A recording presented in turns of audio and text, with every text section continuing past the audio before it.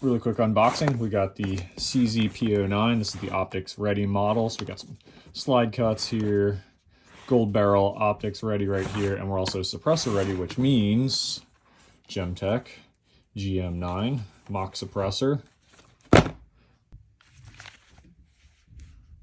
Now, I'm actually thinking about converting this one to HPA. There's a conversion you can get for these mags to convert to HPA, so I'm thinking about doing that, seeing how that works out, because I think this would be a really cool setup.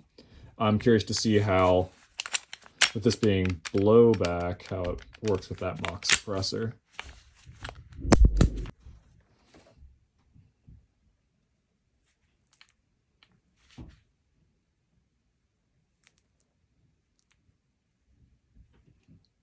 All right, pretty sweet. I like it.